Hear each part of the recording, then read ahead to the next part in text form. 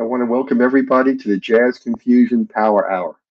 My name is Mel Albin, and I'm your host. And the Power Hour this today is a special edition. We have had the Power Hour on for over a year. Every week, we have a featured artist, and it's on Thursday night at 7 o'clock. It's become kind of already a legendary show. I've had so many great artists on. I've had, Pieces of a Dream. I've had Eric Roberson, Annie Lennox. I've had Billy Ocean. I've had Brian um, Culbertson. I've had on so many fabulous artists, and tonight is no exception. We have a wonderful artist tonight. But first, I want to tell you a little bit about the Jazz Confusion Power Hour.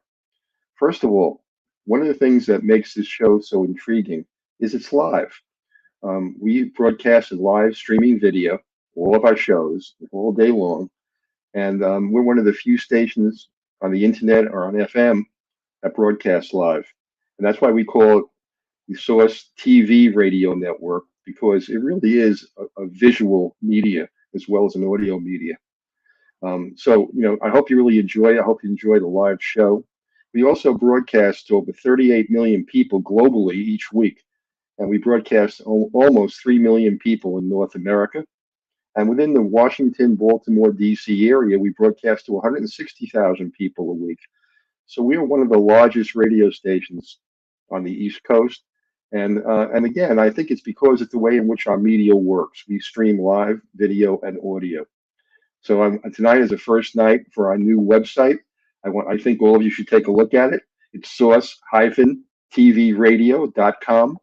And you can find some great features on our site for music, talk radio, news, anything you might want to see is on our station. So again, I want to welcome everybody to the special edition of the Source Radio Network. We're a station and a media platform built for the 21st century. So I want to introduce you today to a wonderful artist that I'm so glad to have on this show. All right, I think you're all going to enjoy him a lot. His name is Johnny Britt, and Johnny is a multi-talented singer, songwriter, producer. He is an arranger, a composer. He's worked in the music industry and the entertainment industry. He's worked behind the scenes in the recording studio, live on stage. He's worked with some of the biggest artists in musical projects such as Josh Groban, David Bowie, Jennifer Lopez, The Temptations, Little Anthony and the Imperials, which we'll talk about more later, Maxwell, Peabo Bryson, Quincy Jones, Peter White, Paul Brown, Niall Nils, Gerald Albright, Norman Brown. I could go on and on. I mean, he has performed with almost everybody. So I guess I've given him the build up, and now we'll get to see him. So I want everybody to welcome our guest tonight, Johnny Britt. Thanks so much, Johnny, man. How you doing, Mel? how are you? Yeah, I'm doing wonderful. Thank you so much, first and foremost, for having me on your show. It's an absolute pleasure. I've heard so much about what you're doing in your show, and congratulations. Well, thank you so much. And it's people like you that make the show. I know I've had just so many great artists, and I always connected you with Little Anthony and the Imperials, but it's Mhm. been so many years, between Little Anthony performing I think I'm going out of my head. And Yeah, I kept hearing your name, and I kept saying, I know that cat. I know that dude from someplace. And then it hit me, and I said, God, I got to get him on my show. Yeah. yeah, yeah. It's funny that you mentioned that because I'm singing a duet with Little Anthony on "Going Out of My Head," and it is on the ballot for Grammy consideration, and we're up for Best Pop Duo Performance. And I'm singing a duet with Little Anthony along with George Benson is playing guitar. And if you would have told me this years ago when I was standing on my garage in Cleveland, Ohio, singing "Going Out of My Head," pretending I was Little Anthony when he was on the Ed Sullivan Show, I would have never believed it. But I worked with him, been around the country with him several times. We just got off a 60 city tour, just got back. It's called the Happy Together Tour. And man, we killed it all over the country. And, to be a part of history like that, Yeah. really a dream come true for me. Yeah. Well, good luck on the Grammy nomination. I'll vote for you. Yeah, while we're on that subject, we're up for best pop duo performance with "Going Out of My Head." Johnny Britt and Little Anthony were best up for best R&B performance with "Butterflies," and that's with me and Will Downing. We're up for best R&B instrumental album, which is of course "After We Play." We're up for best R&B song, which is "Summer Love" featuring Gerald Albright and guest Krishan, and five were up for best video, which is "After We Play." So, we are independent, but we are strong. Yeah, yeah. But we're going to talk about that too. I want to talk with you because you've been in the industry for a while and you've seen all the changes I've seen. And I want to spend a little time talking about the nature of music today, the music industry, and maybe where you see it heading, what you think is good and bad. So we'll get into that a little bit later also. But I'd like to start off. Now you've gone through your Grammy nominations, which is thrilling to have you on. But what else is cooking? You have new music in the works. You have concerts coming up. You want to talk about? So much cooking. There's so much to talk about, and I'm so happy. One thing I really want to stress that I'm going to be in the DC area, right in your backyard, right near your studio. I'm going to be at the Wells Springs Manor and Spa. It's 11311. Was it drum such lane? I can't pronounce it. Upper Marlboro. Look, I live in Los Angeles, but I'm coming. You can go to wellspringsmanor.com to reserve your seats, get tickets. But I'm really excited about this particular performance. It's very, very new. And it's predicated on my brand new book called The Soloist. And we're actually going to be shooting off this mini tour here in Los Angeles tomorrow night. And I am extremely excited. So if you are in the Los Angeles area tomorrow, or if you want to take a jet over here to LA tomorrow night in Hollywood, we're going to be rocking it at the Catalina Jazz Club, 8:30 p.m. And I'm so excited about it because, normally, all my fans around the world, they see me, Johnny Britt, my band, horn section, background singer is a whole big thing. But when this book came out, it took me, I would say 5 years to write this book. And a big shout out to Arlene Krieger, who is the writer on this book with me. When this book came out, and we called it The Soloist, it's my memoirs. My team, we all got together and we talked about, it would be really cool if you could do an acoustic concert series featuring the Soloist book and you as a soloist, Johnny Britt, featuring, your songs from your Grammy award-winning album, and just kind of merging that together. And it just kind of started marinating in the way we're going to do it. Just to let like the lights will go down, right? And it's just going to be me and a cajon player. I'm telling you. Okay. So the cajon player is going to come on stage and he's going to be doing like some little African beat because I'm all into the Afrocentric, the whole jazz, Okay. And then we have celebrity guest Pat Prescott, famous radio host out here in Los Angeles from 92.7 The Wave, and the actor Michael T. Williamson, who was Forrest Gump in the movie Forrest Gump. They're going to be reading my book. Why this cat is playing the drums, right? That's cool. So really exciting. We're going to touch on. I know you're going to ask me this, but it's in the book. What I started with Arsenio Hall, got discovered by. Hold it up. I want to talk about it later. They're going to be reading, just those little highlight excerpts of the book. Okay, well, we're going to get to the book even quite a bit more later on because I have some things I want to ask you about that. But one of the things that I think is really incredible is the how your music has kind of evolved over the years. Yeah. And it's you do so many things that are unique. You played with so many different types of bands that and I think that's one of the things that's interesting about your style. So let's talk about the early years. How did you get into music in the first place? Was it in your house? With any musicians in your house? Yeah. Absolutely, and I always it's really funny because this is my little cue code now because I have the book. I say it's in the book, so make sure. But no, no, no. On the serious side, I'm a natural singer. I know you see me holding a horn here, and a lot of people know me from my trumpet playing, but I'm a singer. I'm like a real singer, and I grew up in church, as most Ah, as most African Americans, and I grew up in my uncle's church in Cleveland, Ohio, which was called the House of God, which is the same name of the church that Marvin Gaye attended in his father's church in Washington D.C. excuse me. Where did you live in Cleveland? I lived in the Miles Heights area, right outside, close to Garfield Heights, in that area. I lived in Shaker Heights. Yeah, yes, near Shaker. Yeah, I went to I lived in Westlake. I lived in Cleveland for quite a while. yeah, yeah, yeah, yes. I went to Woodbury for a short period of time.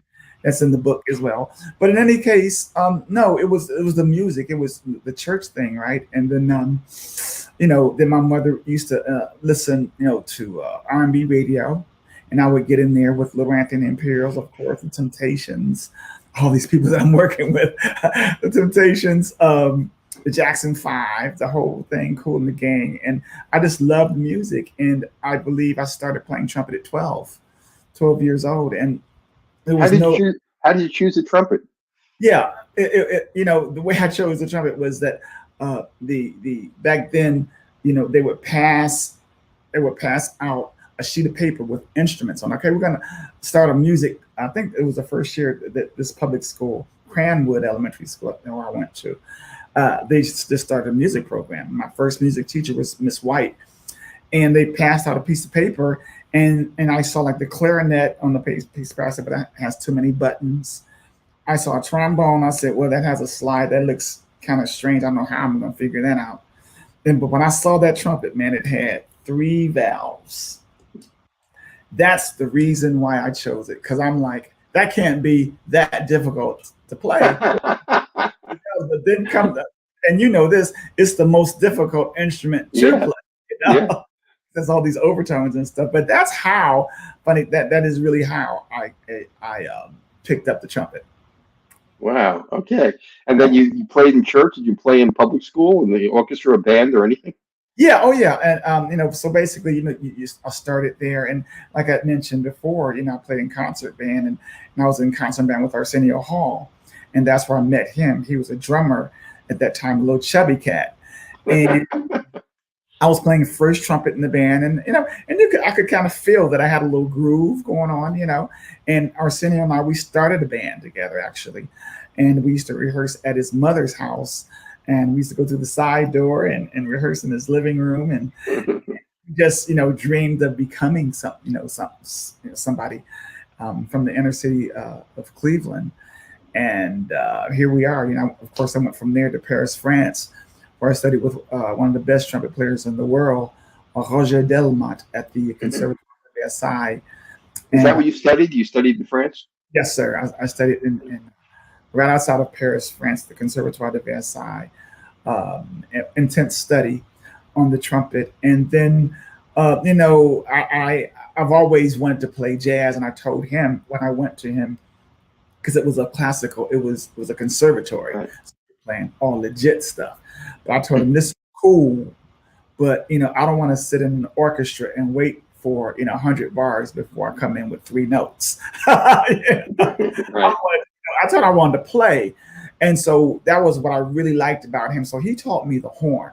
He taught me, how to really get around on the horn, breathing, phrasing, and it all translates because music is just a language. You learn a language. I learned French. I speak fluent French. And then I got my jazz training just from hanging out in the clubs, and one of my teachers was the great Richard Williams. I got a National Endowment scholarship to study with him, which I met him in Paris, France. And these are like authentic bebop jazz cats. That hung out with Lee Morgan, Kenny Dillon. I mean, this is like the real kind of thing. So, when I got baptized into that, that was like no turning back. Just one thing, I might have missed it, but what made you go to France to Yeah. study?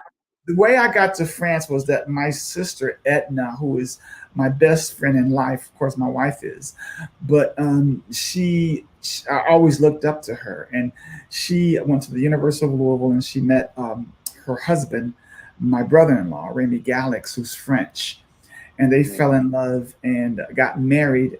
And he's French, so they I think his first job was in Paris, yeah.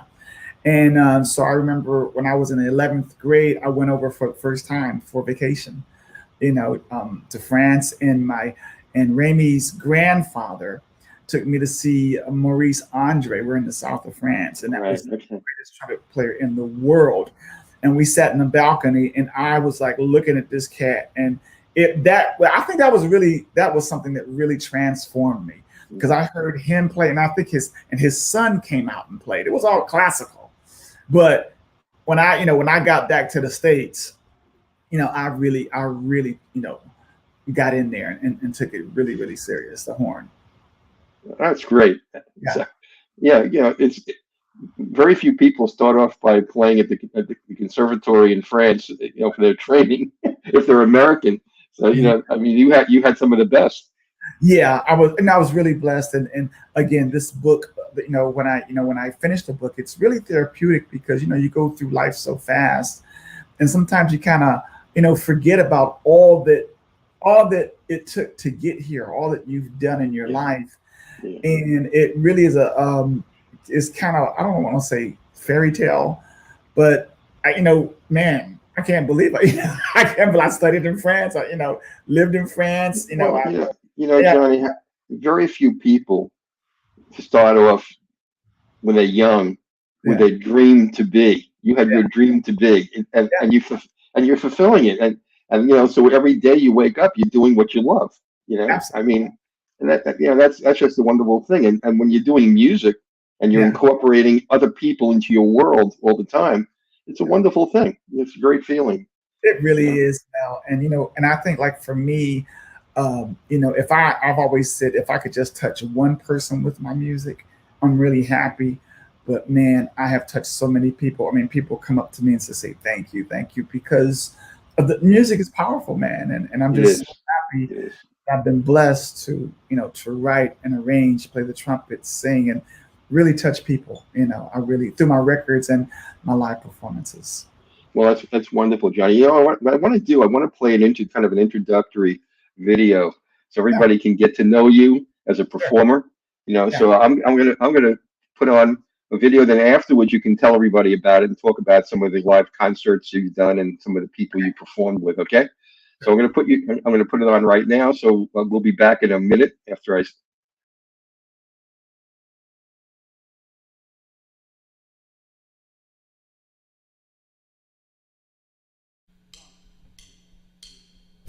Mother, mother, there's far too many of you crying, crying.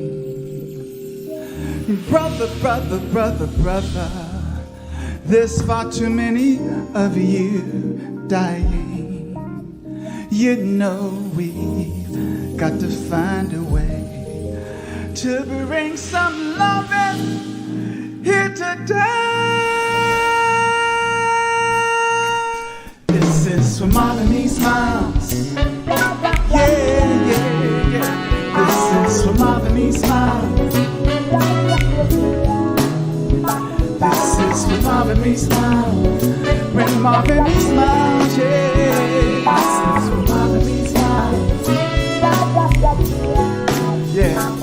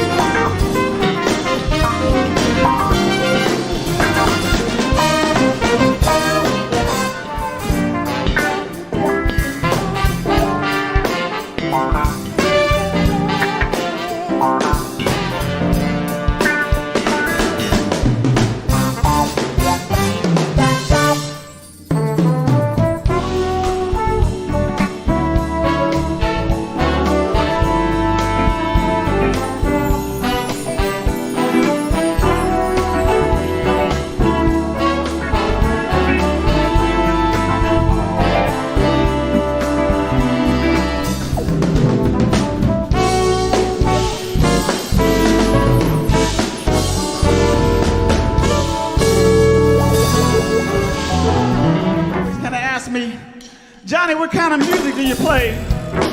And I just tell them, it is what it is. So when I ask y'all that question, I want y'all to say it is what it is. Is that all right for y'all?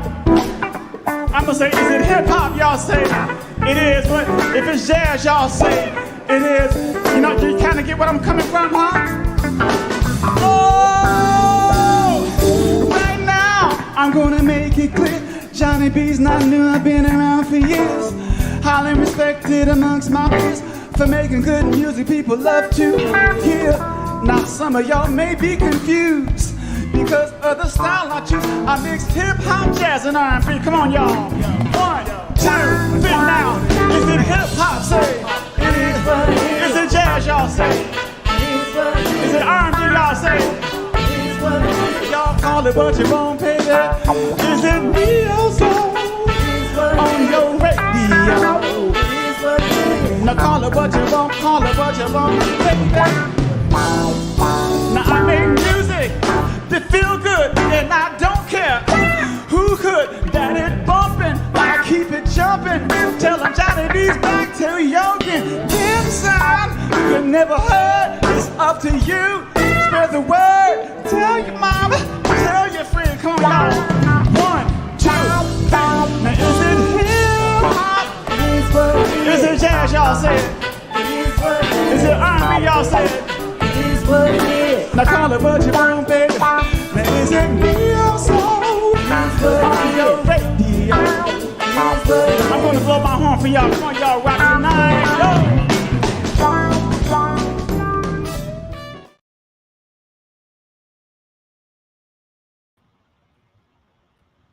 Wonderful, Johnny. Great intro. Thank you. Why don't you tell us a little bit about that performance? Yeah, you know, that was the Oxnard Jazz Festival that we did. And, you know, that was a combination of my Marvin Meets Miles album. I have a critically acclaimed album called Marvin Meets Miles. It's a concept album of what if Marvin Gaye and Miles Davis performed together. And I put it together on Marvin Meets Miles. And so when you heard What's Going On, that's the arrangement from the album Marvin Meets Miles. Then, of course, I did Marvin Meets Miles, the title track of that song. And I did my #1 hit song from my MoJazzin album called MoJazz, and it featured Norman Brown on the record. And that was my buddy Nils who played with me on that. And then we did Hot Fun in the Summer from my So Hot album. And that was featured my buddy Najee on the record, but we did it live here. And what else? We did The Way I Feel off the MoJazzin album, and that was with my my good friend Marion Meadows. And these are all like hit songs. And you know, that's part of my live show. Of course, it's that's what I was talking about. You know, normally when people see me, they see me with the horns and the background singers. But what I'm doing now, these acoustic concerts, it's just me on piano, trumpet, and singing with a cajon player. And I'm going to have Peter White tomorrow night in Los Angeles. But yeah, I can't wait. I can't wait to come to Maryland there on Friday at the Manor and Spa. And I can't wait to hit the stage tomorrow night. Yeah, I'm going to try and catch that. You're going to be right in my backyard. I'm going to try and come over there on Friday and catch it. And I'm going to have it advertised all over my station. So I'm sure we'll get a lot of people coming out to see you. Good. Thank you. Yeah. I got another kind of question for you a little bit. And when was your first professional gig? How old were you when you went live publicly? I was in a bongo group, and I was 7 years old. I was in a bongo group called the Courageous Young Men, and we did a local television in Cleveland, and that's when I did shows. And I was playing bongos. I played bongos, and it was a conga group, so it was like a bass conga, right, a baritone conga, right, and a tenor conga, and we were basically just playing rhythms. We had this one thing. I'm going back to school, because we was young. I'm going back. Hey, Johnny, yeah, man, what you want to be? I want to be a baseball player. I'm going back. I haven't sung that in years, but that was like, we had a little bongo group. it was headed by a gentleman, a living legend in Cleveland. He was blind. His name was Eddie Smoot, and Maurice Reedus was in the group. Willie McAllister. There was actually a documentary on Maurice called The Sax Man, and I went to Cleveland. We all kind of reunited, and a lot of people remembered us from when we were little. Great. Yeah. That was your first professional gig. I want to just go back a little bit and talk about, probably it's one of your earliest. You started to talk about Little Anthony, and you're performing with him now. When did you first start playing with Little Anthony? When did that take place? Yeah, I was. I've been with Little Anthony for like 11 years now, 10, 11 years. And the way that happened is, I do recording sessions out here. I've done a lot of movies and records, as you know. And a good friend of mine is a top singer out here. And he, of course, everyone knows I was a musical director for the Temptations. And they know, I was a music producer for the film, The Temptations, etc. But he had called me one day and said, "Hey, man, Little Anthony is looking for a musical director. Are you interested?" And I said, "Yeah, I'll check it out." So it was like, okay, well, here's Little Anthony's number. Give him a call. So I gave Little Anthony a call, and he said, "Hello," in a high voice. And I couldn't believe it was him. It was Little Anthony. And so he was at the New Orleans Jazz Festival in the middle of an interview, right? And he says, "Oh yeah, man, let me call you back." This is what he said. Now a month goes by, Mel. A month goes by. And I called my friend Jim back again. I said, "Hey, man, this cat, Little Anthony, he never called me back." Jim said, "Call him again." I picked up the phone, called him again. "Hey, man, this is Johnny Britt." "Hey, man, how you doing? There's so much going on." And he's just talking. He's like, "I'm going to have my manager get in touch with you." I said, "Okay." And they're going to give me the music because, it was for me to become the musical director, right? But they wanted to break me in on second keys, right? So, so I'm practicing, we're going to do Vegas, I think South Carolina, and that's where you kind of check me out and break you in or whatever and see what's going to happen. And then all of a sudden I got a call from the manager, and the manager says to me, "How's the rehearsal going?" I said, "It's going cool. Everything is going cool. Really beautiful. Little Anthony Imperial's great, arrangements, everything." And I'm playing all this stuff. Then he's like, "Can you sing the low note?" I said, "What?" He said, "Can you sing the low note?" I said, "Man, I'm a singer. I can sing the low note." He meant baritone, right? Yeah. So he put so much emphasis on that.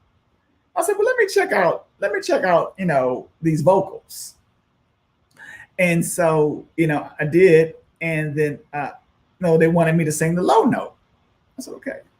Now, I don't know anybody, never met Anthony, nobody in the band, whatever. So I go to Vegas, and we go to sound check, and I'm back there on the second keys, and Anthony comes in first. "Hey, man, how you doing?" "Hey, man, how you doing?" He knows how the cats, old school cats. And all of a sudden, the Imperials came in, right? And it was two Imperials. And let me just go back just a wee bit. My wife asked me when I got the call, she said, "Do they want you to sing with them?" Because I'm a singer. I said, "No, I ain't trying to sing with them old cats." And so they hit the first song, probably "Shimmy, Shimmy, Cocoa Baba," whatever it was. And I'm like right there, going out of my head. I'm right there, outside looking in. I'm like right there. I can sing. I'm right in there. "Hurt So Bad." I'm in there. I know everyone does songs. Right. I love them. Little Anthony comes back and he gives me a high five, and with a big smile on his face. I don't know anything, And then one of the guys in the group says, "Welcome to Little Anthony and the Imperials," and I'm still like, we play in front of 1,000 people, and we get into the plane. Matter of fact, little Jimmy Scott was at that gig. I met little Jimmy Scott. He came back today. Okay. So we get on the plane, go to South Carolina, same thing. I'm playing the keys back there, but I know how to blend. You could tell if a singer can sing. So I'm in there, and I'm thinking, I'm like, I don't even know if I'm gonna see these guys again. So Anthony's like, "Man, I'm gonna have Anthony. I mean, Tony's gonna give you the music. You can do all the gigs. Like I'm thinking, like as a keyboard player, right?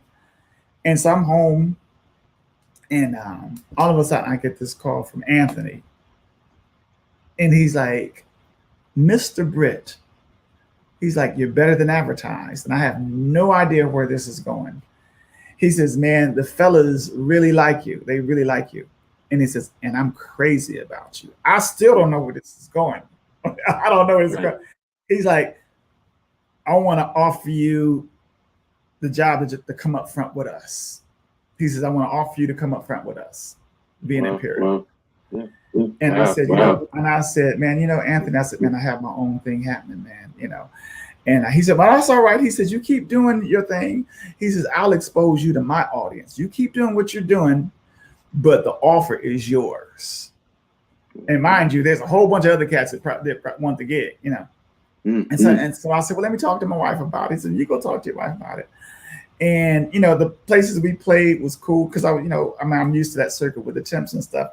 So it was like the same circuit. It wasn't ghetto. It was the money was there. It was right. It was cool. So we said, "Well, let's give it a shot." And my wife and I said, "Let's give it a shot." And I will tell you, what happened was on that conversation, Anthony says, "Man, you sound like you're a first tenor," because my voice is a higher pitched voice.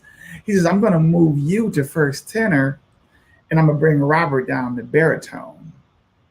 And that's like lights out because I'm a natural first tenor. I was struggling doing the low note.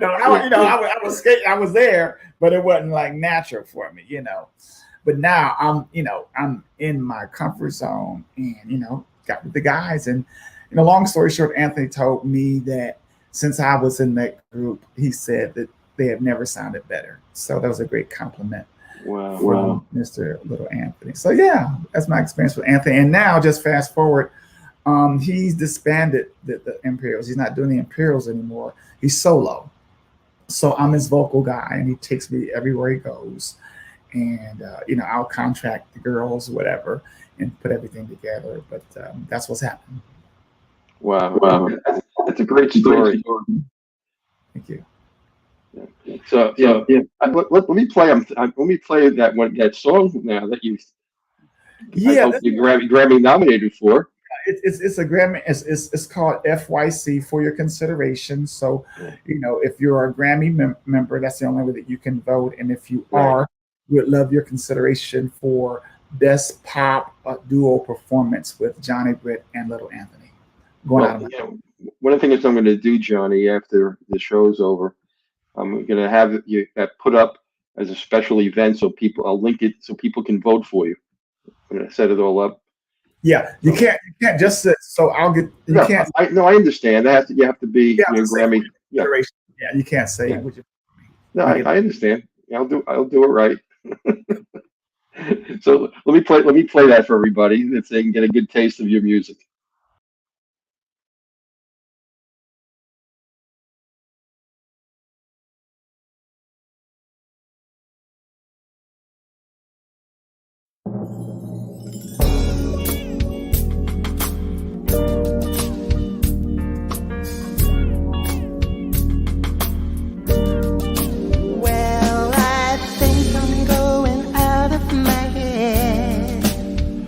Yes, I think I'm going out of my head. Over you. Over you. I want you to want me. I need you so badly. I can't think of anything but you.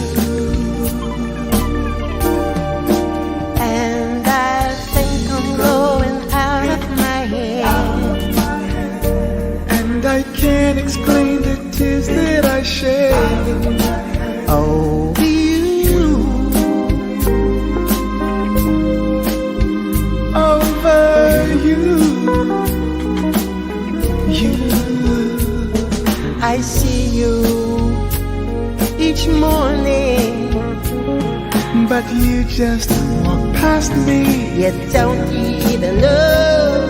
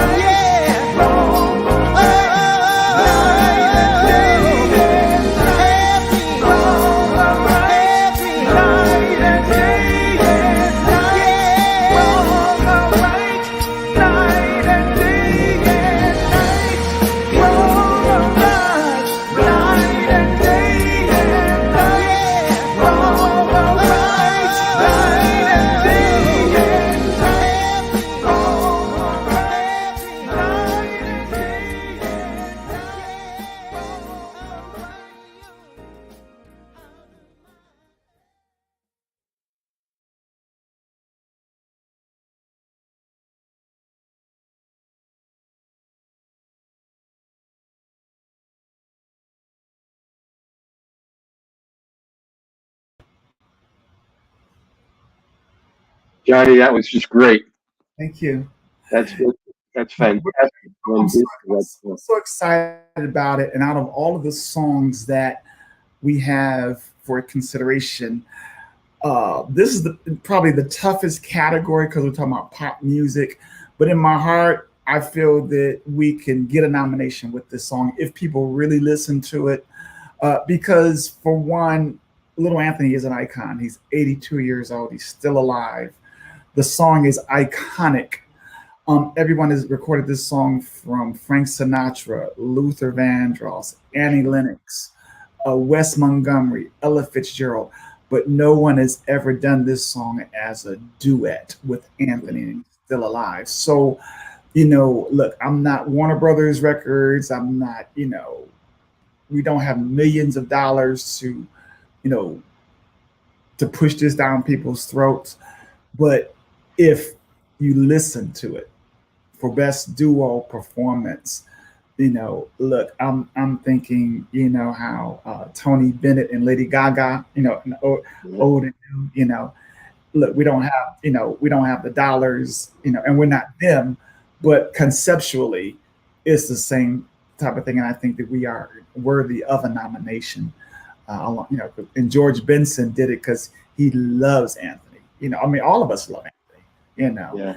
And so anyway, it's amazing. It's not just amazing that he's still alive. It's amazing he's still touring. Well, no, it's amazing that he sounds as well as. That's what I mean. I mean, he couldn't be touring if he didn't sound the way he sounds. No, I'm talking about every night, every night, 60 cities. We are taking house on this song. Standing ovations on this song is I've always thought, like, if we got a chance to perform this song in front of the Grammys, in front of the world on the big stage, it would be over if we got a chance, Yeah, I get it. The song is phenomenal, and I think it's gonna get a lot of consideration. It's really a great song. I appreciate it. Yeah, but let's change gears a little bit. I want to talk about another group that I knew about this group, and I knew what the kind of interesting things they were doing. I didn't know what your role was in it until I started looking at it, and I see you all over this. And the group is Impromptu. Oh, thank you. So yes, why don't you tell us about that? Yeah, thank you so much for asking. Impromptu is my group. It's a group that I conceived, And I conceived that group. Now I'm a singer. I sing a la Marvin Gaye, and I play trumpet a la Miles. And I got the idea from Miles Davis when he did his doo-bop album with Easy Yeah. Mo B. It was the last album that he recorded before he passed away. And I just thought it was a great combination of the rap and the jazz, that kind of a thing. So I looked for a rapper.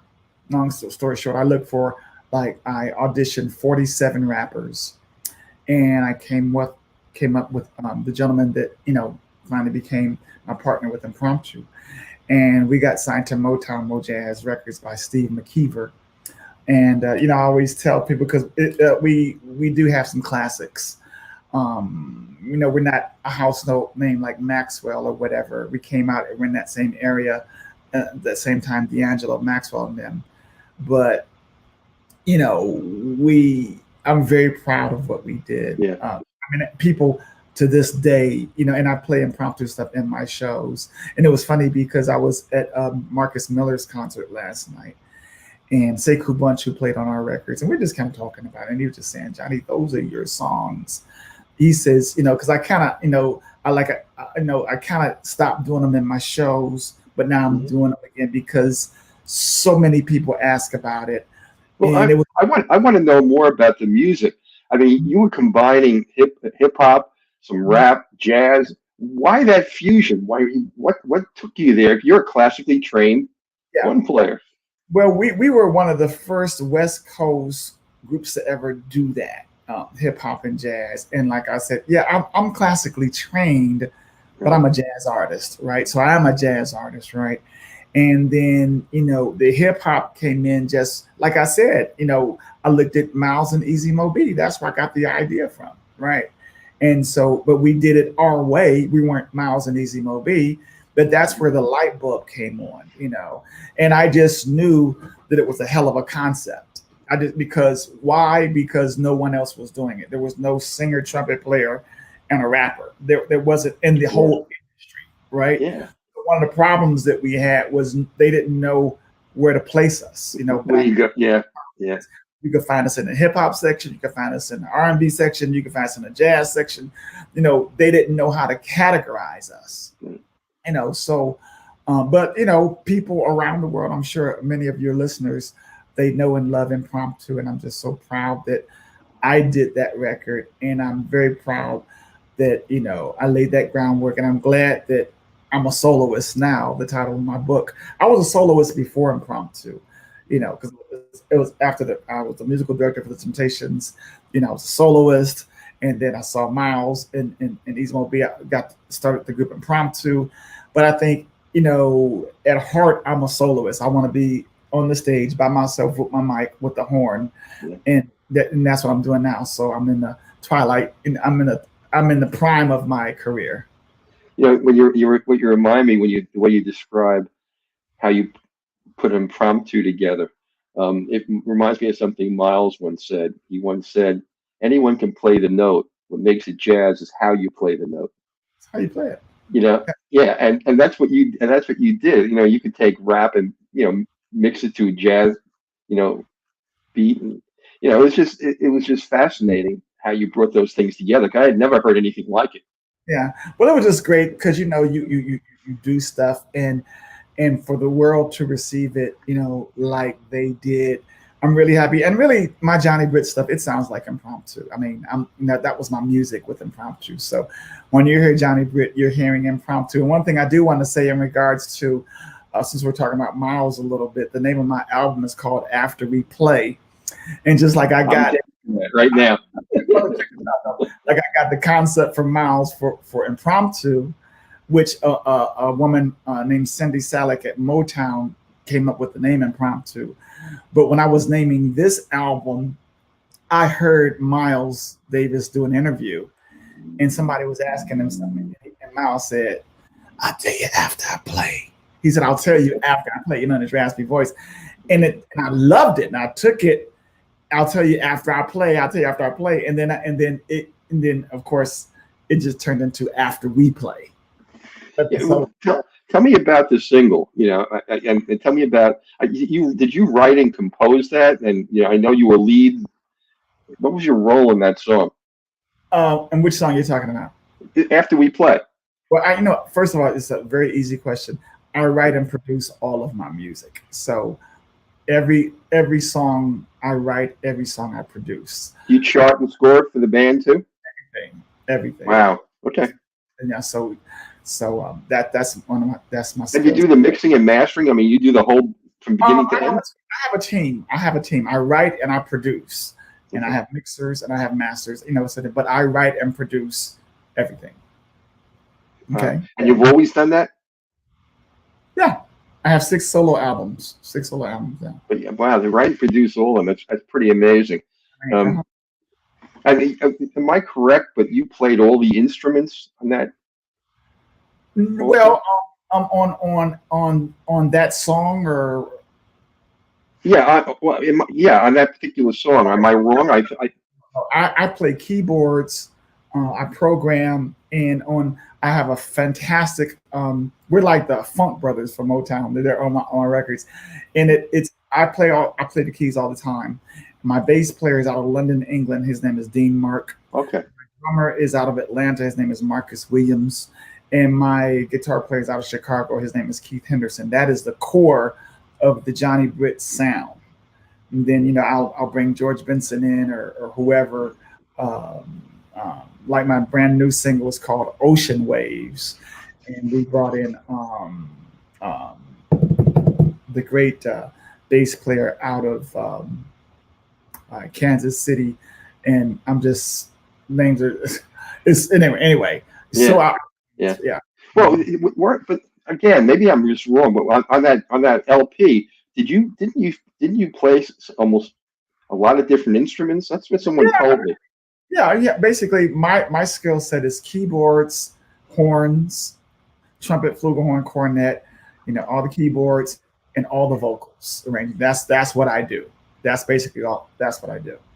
Let me ask you this question: since you do all the composing, the writing, the charting, the scoring, you do the whole everything. How do you know when a song is finished? I know, and I've been doing this a number of years. I mean, I've been doing this long before impromptu. I've been doing it. I have boxes upon boxes of cassette tapes of songs before, when they were like 4-track. I started on 4-track, 4-track, 8-track. So I've been doing this a long time.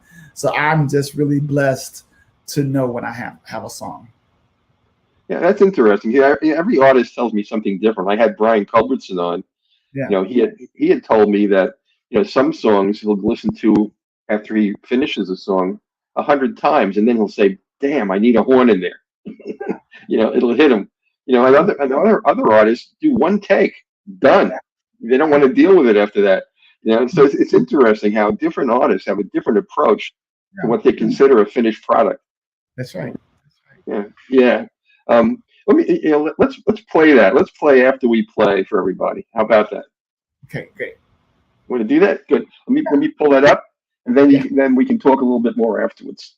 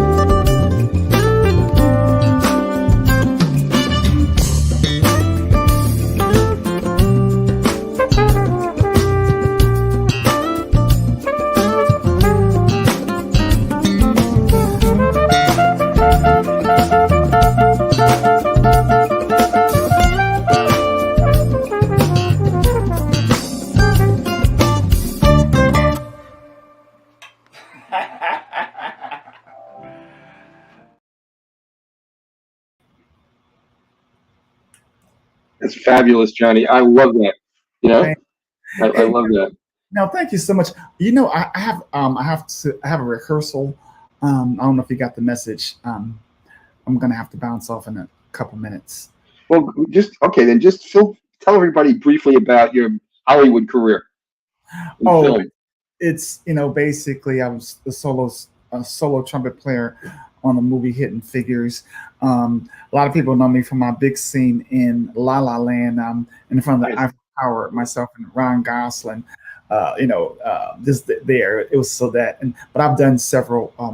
Been blessed to do several film and motion pictures behind the scenes. Okay, So if you want to leave everybody with one thing that you'd like them to know about your music, what would that be? it's sincere. Terrific. Johnny, look, I won't keep you. I know you have a rehearsal. There's a lot more I want to talk to you about. So we'll have to have you back on down the Yeah, road. would love to come back. And again, I can't thank you enough. Don't forget, I will be there this Friday at the Well Springs Manor and Spa. Would love to see each and every one of you guys there if you're in the Maryland area. And of course, here in Los Angeles tomorrow at the Catalina Jazz Club. All that information is at johnnybritt.com. Follow me on Instagram. And everything is in Linktree. You know my whole life story. And check out my brand new book, The Soloist. And I hope to see you Friday, Mel. I hope I see you too, Johnny. Again, have a wonderful, wonderful day, and it's a pleasure having you on the show. Thanks for having me, bro. Good. Thank you, and good night.